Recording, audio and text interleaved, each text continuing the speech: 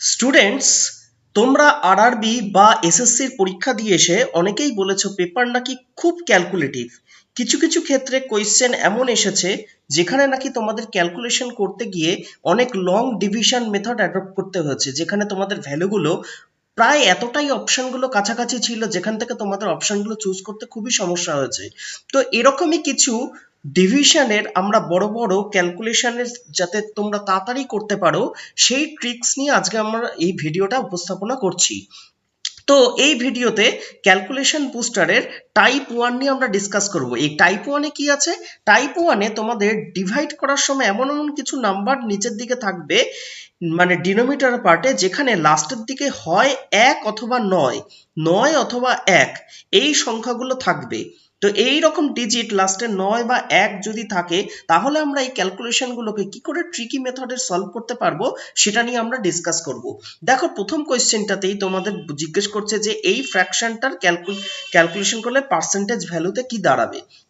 তো যে অপশনগুলো তোমরা দেখতে পাচ্ছ যে খুবই ক্লোজ অপশনগুলো, তোমরা যদি এটাকে ইভেন 39-এর জায়গায় 40 দিয়ে ডিভাইড করেও অঙ্কটা সলভ করতে যাও তাহলেও তোমরা করতে পারবে না। তার কারণ কি, অপশনগুলো খুবই কাছাকাছি। তোমরা দেখো 14-এর পয়েন্ট সব জায়গাতেই 6 রয়েছে, নয়তো 5 9 রয়েছে। তো অপশনগুলোকে নর্মালি তোমরা সলভ করতে পারবে না। ঠিক একইভাবে তোমাদের যে এসএসসি বা আরআরবি যে পেপারগুলো হয়েছে সেখানেও অপশনগুলো খুবই ক্লোজ থাকার জন্য তোমরা অনেকেই বলেছো যে পেপার খুব ক্যালকুলেটিভ হয়েছে। তো দেখো এই অঙ্কগুলো তোমরা কি করে সহজে সমাধান করতে পারবে। এর জন্য যে কনসেপ্টটা দরকার সেটা হলো রেশিওর একটা কনসেপ্ট তোমাদের জানতে লাগবে। এই রেশিওতে বলছে কি, এ বাই বি যদি এ বাই বি ইকুয়ালস টু যদি সি বাই ডি হয়, তাহলে আমরা কম্প্রিহেন্ডো বা ডিভিডেন্ডো যে কোনো মেথডটাকে কাজে লাগিয়ে বলতে পারি যে A plus C divided by B plus D, মানে এর এ যে প্রপোর্শন টু সি এর সাথে আর বি যে প্রপোর্শনের টু ডি এর সাথে আমরা এই দুটোকে যোগ করে দেবো। এই প্রপোর্শনটা এক্স্যাক্টলি এ বাই বি এর প্রপোর্শনের সাথে সমান হয়ে যাবে। অথবা এটাকে বলা হয় কম্প্রিহেন্ডো। ডিভিডেন্ডোতে কি করা হয়, এ থেকে যদি সি বাদ দিই আর বি থেকে যদি ডি বাদ দিই তাহলে এক্স্যাক্টলি এই প্রপোর্শনটা এক্স্যাক্টলি আগের মতনই এ বাই বি এর প্রপোর্শনের সাথে সমান হয়ে যাবে। উদাহরণস্বরূপ ধরো তোমাদেরকে লিখছি আমি 4/8। 4/8কে তোমরা জানো যে কাটাকুটি করলে 1/2 দাঁড়াবে।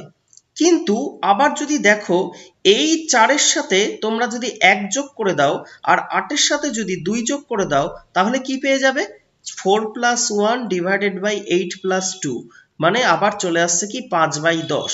এই 5/10 মানে কি 1/2। এই 1/2 আবার প্রথমে এদিকে ছিল, তার মানে কি সেই a বাই বিটাকেই আমরা ফিরে পাচ্ছি। ঠিক একইভাবে তোমরা দেখো এই 4/8 থেকে যদি আমি ওপরে ধরো আমি 1 বাদ দিচ্ছি, ওপরে যদি 1 বাদ দিতে হয় তাহলে নিচে আমাকে কত পরিমাণ বাদ দিতে হবে, 4 তো 8-এর দ্বিগুণ, তাহলে এখান থেকে যদি 1 বাদ দিই তাহলে 1-এর দ্বিগুণ কত দাঁড়াবে 2, তাহলে 8 থেকে আমাকে 2 বাদ দিতে হবে। তাহলে উপরে পড়ে রইল 3, নিচে রইল 6, এদের রেশিও কত, হাফ। এটাকেই বলা হচ্ছে কম্প্রিহেন্ডো বা ডিভিডেন্ডো মেথড।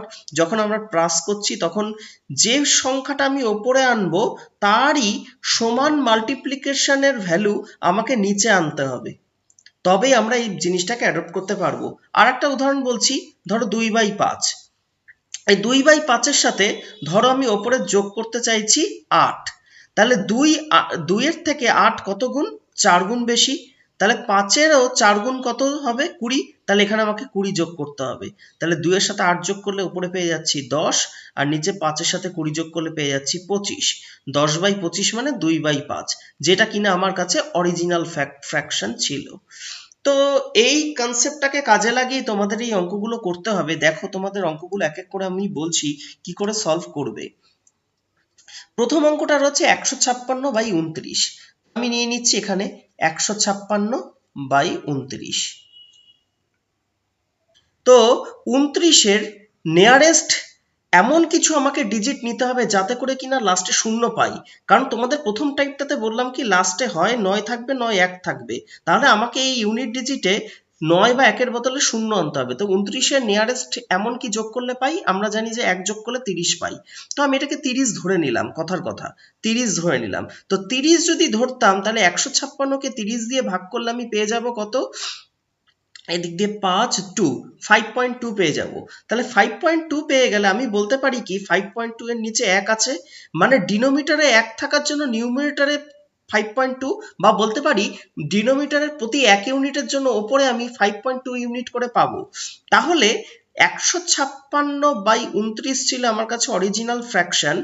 সেখানে আমি যদি 1 যোগ আরো এক্সট্রা করতাম, মানে ডিনোমিটারে যদি 1 যোগ করতাম, তাহলে আমি বলতে পারি যে নিউমারেটরে প্রতি ডিনোমিটারে 1 ইউনিটের জন্য এখানে 5.2 ইউনিট আরো যোগ হবে। তাহলে এই ভ্যালুটা কত চলে আসতো? 161.2, আর নিচে কত থাকতো? 30। তাহলে এখন যদি আমরা এটাকে ডিভাইড করি 161.2 কে 30 দিয়ে, তাহলে আমি পেয়ে যাব এখানে 5.37 অলমোস্ট। সেই 5.37 হয়ে গেল তাহলে এটার সঠিক উত্তর 156কে 29 দিয়ে ভাগ করলে। আমরা দেখে নিই যে 156কে যদি 29 দিয়ে ভাগ করা হয় তাহলে অ্যাকচুয়াল ভ্যালু কি দাঁড়ায়? 5.379, যেখানে আমরা যে ক্যালকুলেশন মেথড অ্যাডপ্ট করলাম তাতে দাঁড়াবে কি 5.373। তোমরা দেখতে পাচ্ছ আপ টু 2 ডিজিট অবধি ভ্যালুটা সেম, তার মানে এই পদ্ধতিটা আমার কাছে সঠিক। চলো দেখে নেওয়া যাক নেক্সট কোয়েশ্চেন 147/31। তো 147/31 আমরা জানি 31 থেকে আমাকে 30 আনতে হবে। তো 30 আনলে আমাকে 147কে যদি 30 দিয়ে ভাগ করি তাহলে এখানে পেয়ে যাব 4.9। তাহলে 147/31 তার থেকে যদি 1 বাদ দিই, তার মানে আমি এখানে বলতে পারছি যে নিচে প্রতি ডিনোমিটারে 1 ইউনিটের জন্য উপরে 4.9 ইউনিট। তাহলে এখানে নিচে যদি ডিনোমিটারে 1 বাদ দিই তাহলে উপরে আমাকে কত বাদ দিতে হবে? 4.9। তাহলে 147 থেকে 4.9 যদি আমি বাদ দিই তাহলে এখানে পড়ে থাকবে 142.1, আর নিচে ডিভাইডেড বাই 30। এটা যদি তোমরা ক্যালকুলেট করো তাহলে দেখতে পাবে যে এর ভ্যালুটা আসছে 4.736, যেখানে অ্যাকচুয়াল ভ্যালুটা কত? 4.741। তাহলে এই দুটো অলমোস্ট সিমিলার। পরেরটা দেখে নেওয়া যাক 525/41। 525/41, 41 এর নিয়ারেস্ট কি আছে? 40, আর নিচে হলো 525। 525কে 40 দিয়ে ভাগ করলে তোমরা পেয়ে যাবে হলো 13.12, নিচে 1 পড়ে রইল। এখন আমাকে কি করতে হবে? 525/41 যেহেতু আছে তাই 41 থেকে 1 বাদ দেবো। নিচে প্রতি 1 ইউনিটের জন্য উপরে কত ইউনিট বাদ যাবে? 13.12। তাহলে 13.12 এখানে বাদ দিয়ে দিলাম। 525 থেকে 13.12 যদি বাদ দিই তাহলে পড়ে থাকে কত? তাহলে পড়ে থাকবে 511.98। এটাকে যদি আমরা 40 দিয়ে এখন ভাগ করি তাহলে পেয়ে যাব 12.79, যেখানে অ্যাকচুয়ালি যদি তোমরা ক্যালকুলেটরে ক্যালকুলেট করো তাহলে এটার উত্তর আসবে কত? 12.80। দেখো 0.01 এর ডিফারেন্স মাত্র। নেক্সট আমার কাছে রয়েছে 572/39। 572/39, তার মানে নিয়ারেস্ট কত নিয়ে যাব? 40। তাহলে 572কে যদি 40 দিয়ে ভাগ করো তাহলে তোমরা পেয়ে যাবে 14.3। তো 572/39 যদি আমাকে 40 আনতে হয় তাহলে 1 যোগ করতে হবে। আর তোমরা জানো যে ডিনোমিটারে 1 থাকলে নিউমারেটরে কত যোগ করব? 14.3। তাহলে এর সাথে যদি 14.3 যোগ করি তাহলে এখানে পেয়ে যাব কত? 586.3, আর নিচে হলো 40। 586.3 কে যদি 40 দিয়ে ভাগ করি তাহলে ক্যালকুলেশন করলে পেয়ে যাব 14.65, যেখানে অ্যাকচুয়াল এটার ভ্যালু দাঁড়ায় 14.66। আবারও তোমরা দেখতে পাচ্ছ মাত্র 0.01 এর ডিফারেন্স। তো এইভাবে তোমরা ক্যালকুলেশনটাকে ইজিলি সলভ করতে পারো, আর যেখানে তোমরা অ্যাকচুয়াল ভ্যালুর সাথে প্রায় 0.1 এর ডিফারেন্স থাকবে। তো এতটা ডিফারেন্স তোমরা কমাতে পারো, এইভাবে তোমরা ক্যালকুলেশনটাকে অনেকটা ইজি করতে পারো।